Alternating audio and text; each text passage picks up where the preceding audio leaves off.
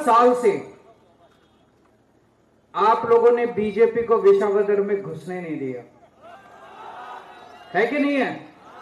18 साल से बीजेपी विसावदर में जीती नहीं है। गुजरात में उनकी सरकार है, लेकिन विसावदर में उनकी सरकार नहीं है। पहले कांग्रेस को वोट दिया आपने, इस बार आम आदमी पार्टी को वोट दिया। तो बीजेपी ने क्या किया? विसावदर पे हमला कर दिया, विसावदर के लोगों का अपमान करना शुरू कर दिया। पहले कांग्रेस से आप लोगों ने हर्षद रेवाड़िया को जिताया, बीजेपी ने बदमाशी करके उसको तोड़ के अपनी पार्टी में शामिल कर लिया, फिर पैसे से खरीद लिया। फिर आपने 2022 के चुनाव में भूपत भाई को आम आदमी पार्टी से जिताया, बीजेपी ने उसको भी तोड़ लिया। बीजेपी कह रही है विसावदर वालों, तुम जिसको मर्जी जिताओ, हम उसको तोड़ लेंगे। तो आज मैं बीजेपी को चैलेंज करने आया हूं। आज मैं बीजेपी को चैलेंज करने आया हूं। इस बार हमने भी अपना सबसे बड़ा हीरो आपके सामने रखा, गोपाल इटालिया। मैं चैलेंज करता हूं बीजेपी को, गोपाल इटालिया को तोड़ के दिखा दो, केजरीवाल राजनीति छोड़ देगा। टूटेगा तो नहीं? अरे सर, इससे कोई बात ही नहीं है। मैं बीजेपी को चैलेंज करता हूं, गोपाल इटालिया को तोड़ के दिखा दो। विसावदर वालों, गोपाल इटालिया को इतने भारी बहुमत से जिताना, इतने बीजेपी को तमाचा लगना चाहिए इस बार विसावदर से। हमारा गोपाल इटालिया शानदार बोलता है, अच्छा बोलता है कि नहीं बोलता है? भ्रष्टाचारियों से लड़ता है, डरता नहीं है किसी से, बड़े बड़े भ्रष्टाचारियों को ऐसी तैसी कर देता है।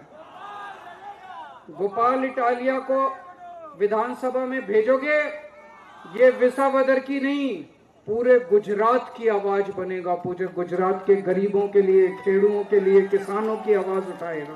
आप विधानसभा भेजोगे तभी तो होगा। तो अभी मेरे को पता चला यहां पे खाद की बहुत बड़ी समस्या थी, इन्होंने आवाज उठाई कि नहीं उठाई? आप लोगों को खाद दिलवाई कि नहीं दिलवाई? अभी मुझे पता चला कोऑपरेटिव मंडली में, सहकारिता मंडली में भ्रष्टाचार का मामला हुआ, इन्होंने आवाज उठाई कि नहीं उठाई? अभी तो ये कुछ बना नहीं है।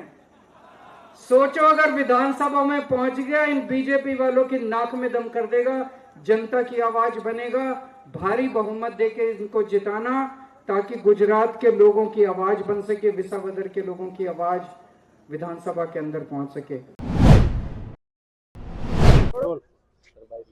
આજે ઐતિહાસિક દિવસ છે। આજે મારું વિસાવદર વિધાનસભાના ઉમેદવાર તરીકેનું ફોર્મ ભરવાના દિવસે સૌપ્રથમ મેં મારા પત્ની સાથે મોણિયા ગામે આવી નાગબાઈમાના આશીર્વાદ મેળવ્યા। આ વિસ્તારના હજારો ખેડૂતો, ખેતમજૂરો, રત્ન કલાકારો, પશુપાલકો, ગરીબ માણસો બધાય સ્વયંભૂ ખૂબ મોટી સંખ્યામાં વિસાવદરની બજારમાં ઉપસ્થિત રહી હજારો લોકોએ જન આશીર્વાદ યાત્રાના માધ્યમથી મને આશીર્વાદ આપ્યા અને એ આશીર્વાદ લઈને, માતાજીના આશીર્વાદ લઈને, જનતાના આશીર્વાદ લઈને અને અમારા આમ આદમી પાર્ટીના રાષ્ટ્રીય કન્વીનર શ્રી અરવિંદ કેજરીવાલજી, મુખ્યમંત્રી શ્રી ભગવંત માન સાહેબ, અમારા ઈશુદાનભાઈ ગઢવી વગેરે નેતાઓની પ્રેરક ઉપસ્થિતિમાં આજે મેં ઉમેદવારી પત્રક ભર્યું છે. આજે ખૂબ ઉત્સાહનો, ખુશીનો, ઉર્જાનો અને ઇતિહાસ રચવાનો આ દિવસ છે. કેમ કે વિસાવદરની જનતા ઇતિહાસ રચવા માટે જાણીતી છે. છેલ્લા કેટલાય વર્ષોથી ભાજપને ચૂંટણી જીતવા પણ નથી દેતા. આ વિધાનસભાએ મુખ્યમંત્રી પણ બનાવ્યા છે. આ વિધાનસભાએ ખાનખાના લોકોને ચૂંટણી પણ હરાવવાનો ઇતિહાસ રચ્યો છે. ત્યારે ફરી એક વખત વિસાવદર વિધાનસભાથી ચૂંટણી રચાય એવા ઐતિહાસિક દિવસે મેં ફોર્મ ભર્યું છે. હું ખૂબ ખુશ છું.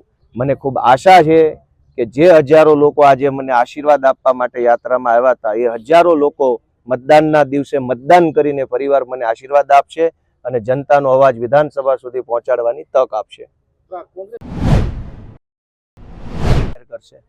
કેશુ બાપાની પ્રતિમાનું અનાવરણ આજે કર્યું છે અને તમે કહ્યું પણ છે કે કેશુ બાપાના સિદ્ધાંતો ઉપર જ તમે આગળ ચૂંટણી પણ લડવાના. કેશુ બાપા એ ગુજરાતના ગામડાના અને ખેડૂતોના લોકપ્રિય નેતા હતા. કેશુ બાપાના સમયમાં ગામડું, ખેડૂત અને ખેતી ખૂબ સારી રીતે આગળ વધ્યા હતા. આજની તારીખમાં પણ ગુજરાતના અને કાઠિયાવાડના ગામડાઓ, કાઠિયાવાડના ખેડૂતો અને ખેતી કરનારા સૌ વ્યક્તિઓ કેશુ બાપાના ઋણી છે. કેશુ બાપાએ ગુંડા નાબૂદ કર્યા, કેશુ બાપા ખેતરે પાણી લાવ્યા, કેશુ બાપાએ જમીનનો કાયદો રદ કર્યો 8 કિલોમીટરનો. અનેક પ્રકારે કેશુ બાપાએ ગામડું સમૃદ્ધ બને એવા પ્રયત્નો કર્યા. તો કેશુ બાપાએ ગુજરાતના ગામડાને સમૃદ્ધ કરવા માટેનો જે રસ્તો અને જે વિચાર ગુજરાતને આપ્યો છે, એ વિચાર ઉપર અમે ચાલી શકીએ, એ રસ્તા ઉપર અમે ચાલી શકીએ, એ માટે અમે કેશુ બાપાની પ્રતિમાનું સ્થાપન કર્યું છે. આ પ્રતિમા રોજ અમને પ્રેરણા આપતી રહેશે, રોજ અમને પ્રોત્સાહન આપતી રહેશે કે અમારે ગામડું અને ખેતી માટે કામ કરવાનું છે.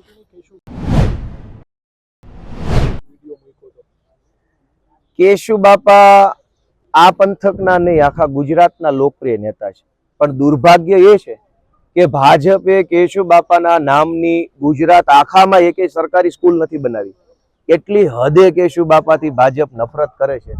પણ અમે ધરતીપુત્ર છીએ, હું ખેડૂતનો દીકરો છું. અમે ખેડૂત, ખેતી, ખેતમજૂર અને ગામડાને માનવા વાળા લોકો છીએ. અમારી લાગણીઓ ગામડા અને ખેતી પ્રત્યે છે. માટે અમે અમારા આદર્શ, ખેડૂતોના આદર્શ, ગામડાના આદર્શ કેશુ બાપાના આજે આશીર્વાદ લીધા છે. Thank you.